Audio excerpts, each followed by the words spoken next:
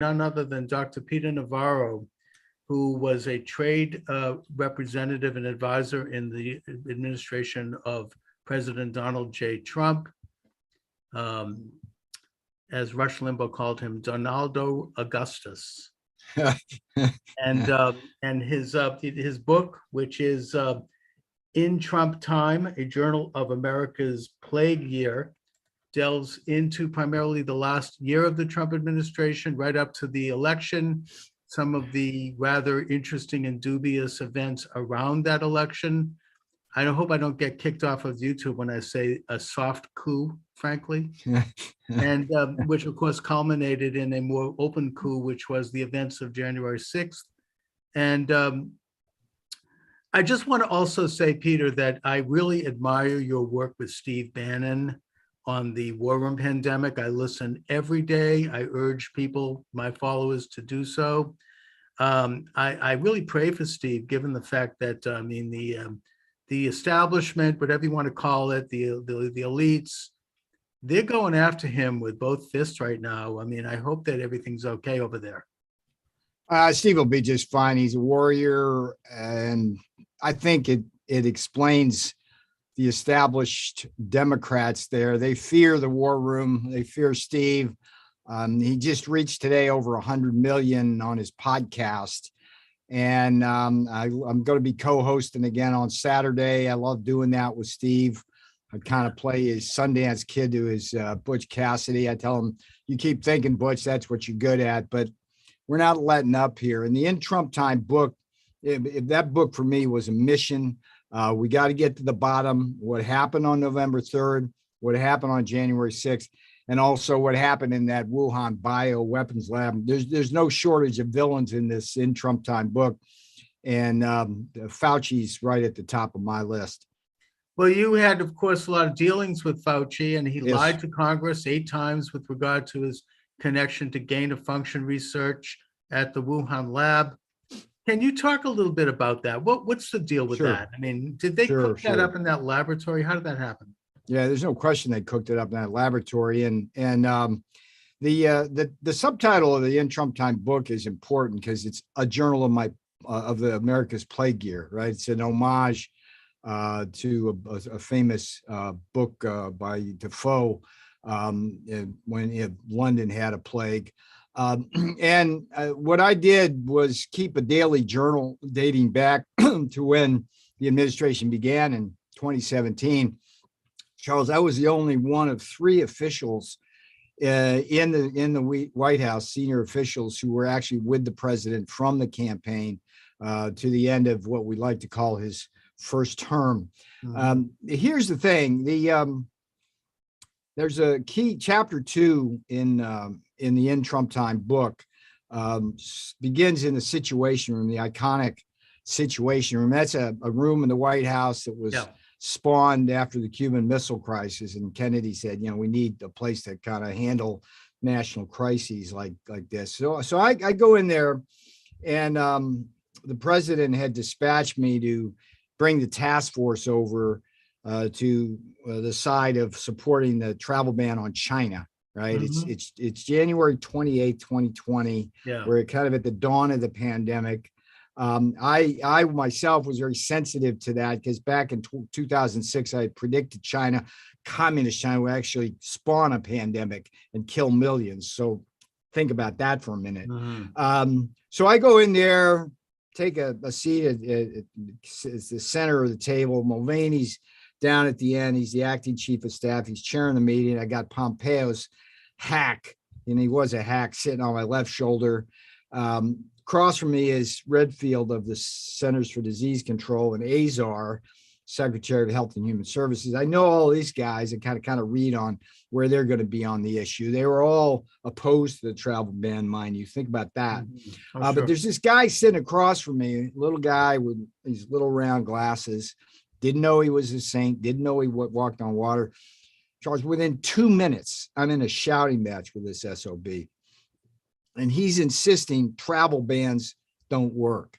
And I say to him, dude, and I actually said to him, dude, it's like like if you got 20,000 Chinese nationals flying in the LAX and Kennedy and into O'Hare and Chicago, it's like a lot of them are refugees from Wuhan, where the crematoria are going over. Are you telling me that Americans wouldn't be better off at keeping those people from coming on U.S. soil? And he's like, travel bans don't work. And you know what?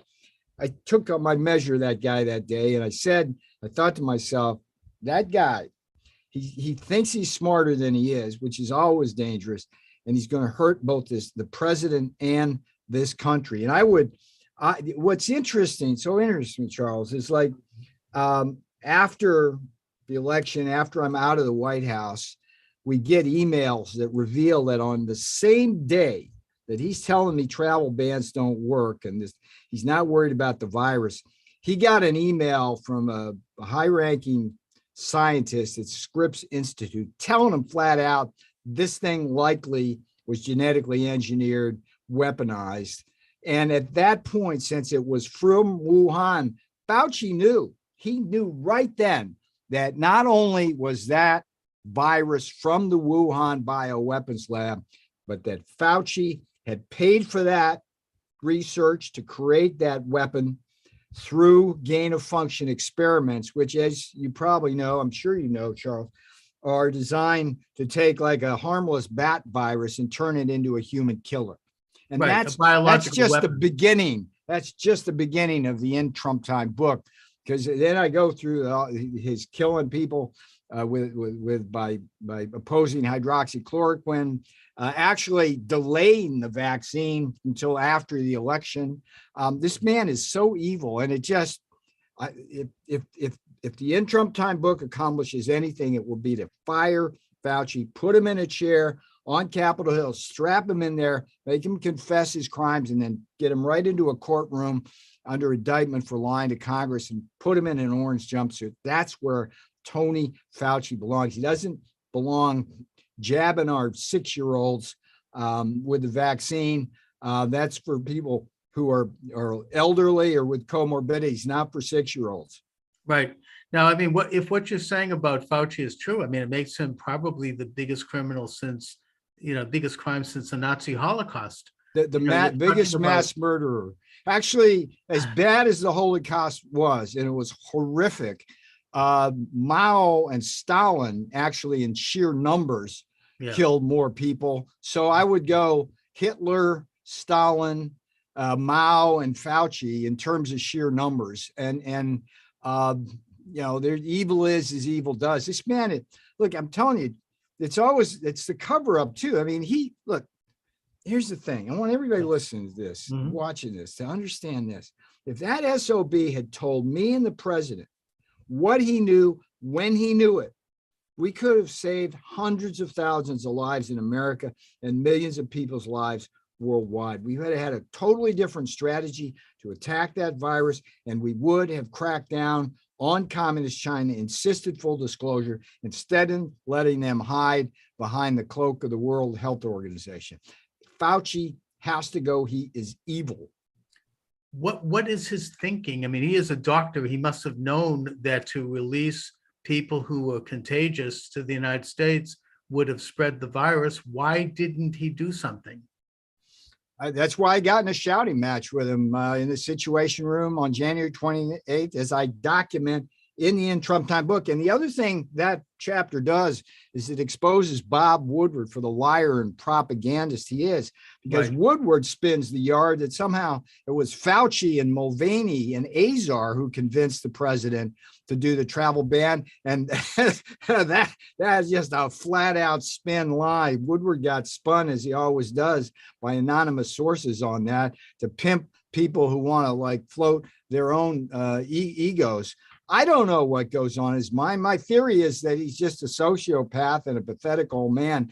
And the darling, he got adopted by CNN. Jeff Zucker adopted him and made him a star and a hero because they hate Trump more than they wanted to save American lives. And Zucker, I'd call him on account. Blood on your hands, Jeff. You killed people. CNN, you killed people with your behavior. Bad science, The left was all against the travel ban because it fit into the narrative that Donald Trump has something against people, Asian people, which is of course a big lie, and which is something that they now continue to accept as doctrine and as gospel. The left and Fauci also were discrediting therapeutic drugs that have been used all over the world. Drugs, we can't even mention the name of those drugs because I'll get taken off of YouTube. But these are FDA-approved drugs that have been used by millions of people safely and that are being effectively used in other countries, almost every other country except this country, and that were used by President Trump himself. What the hell is going on with that? God, did that break my heart.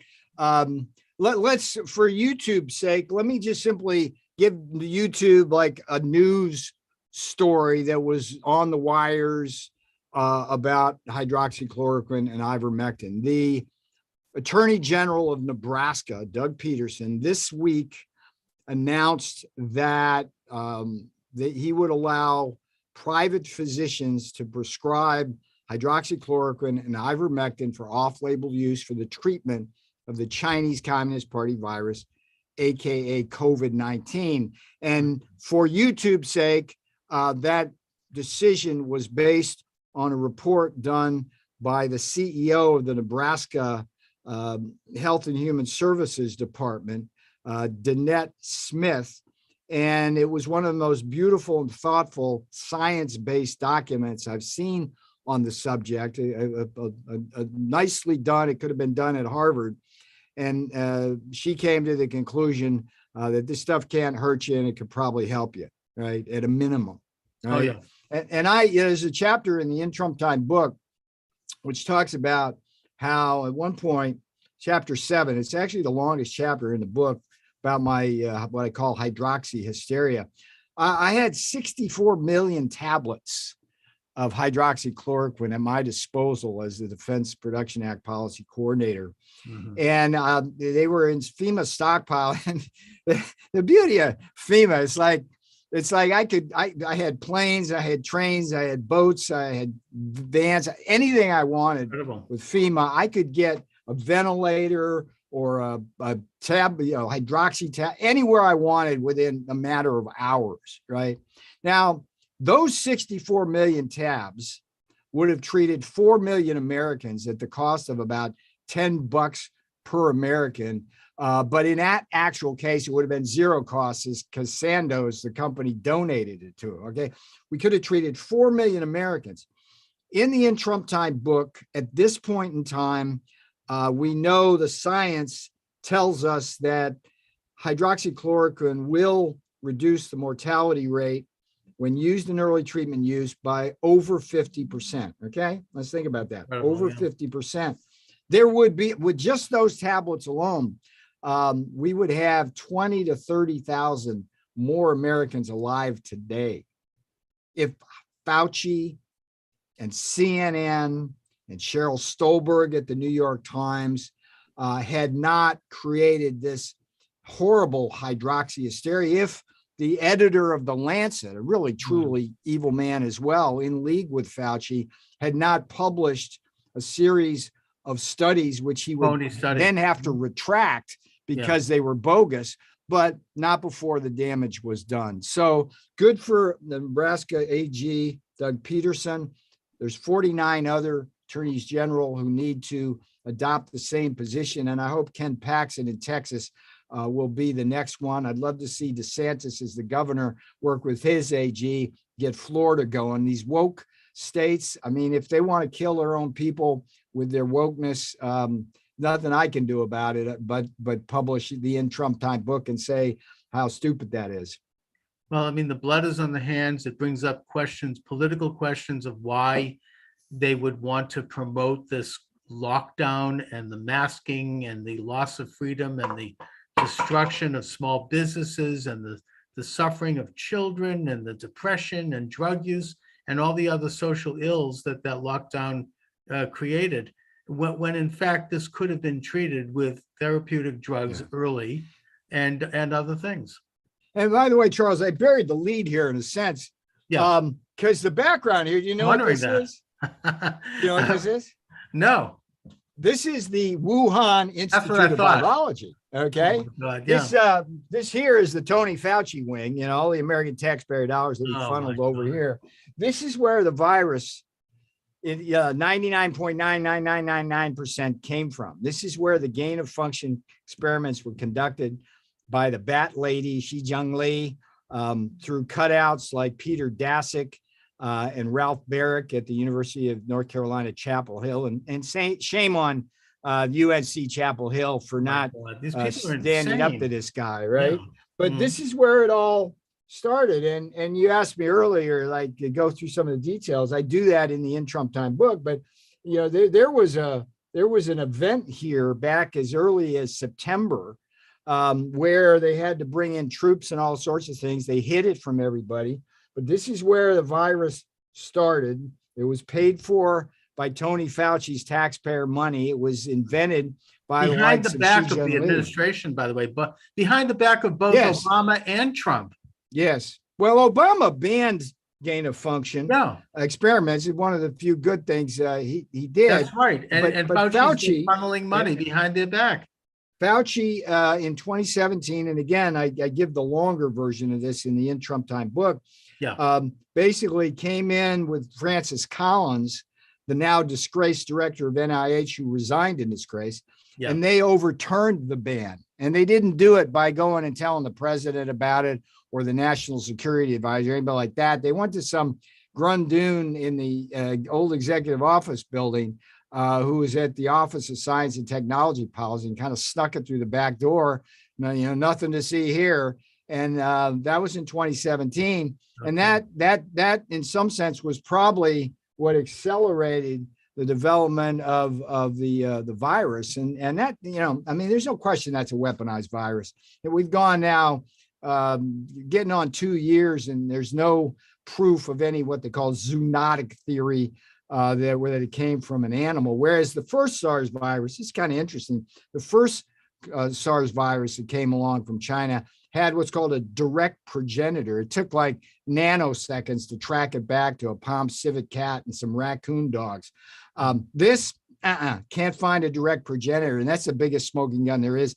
This came from Tony Fauci's Wuhan lab, and it was weaponized through Tony Fauci's gain.